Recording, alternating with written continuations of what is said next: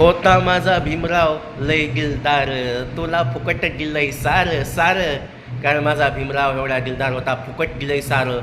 कोणाला न मोर्चा करता, न आंदोलन करता, रक्ताचा एकही न थेंब सांडता आज बघा आरक्षणासाठी स्वतः घरदार, पत्नी, आपले लेकरं, आपलं सगळं सोडून, कामधंदा सोडून आज आंदोलनाला मुंबईला मराठा आरक्षण.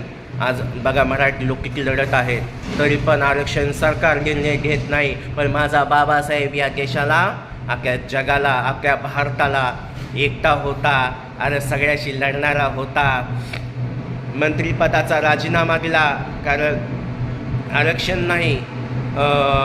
मराठा समाज असेल किंवा हिंदू कोड बिल कायदा अनेकासाठी नाही पास झाल्यामुळं स्वतःचा राजीनामा दिला.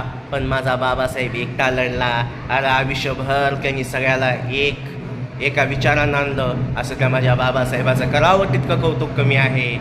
जय शिवराय, जय भीम, जय संविधान.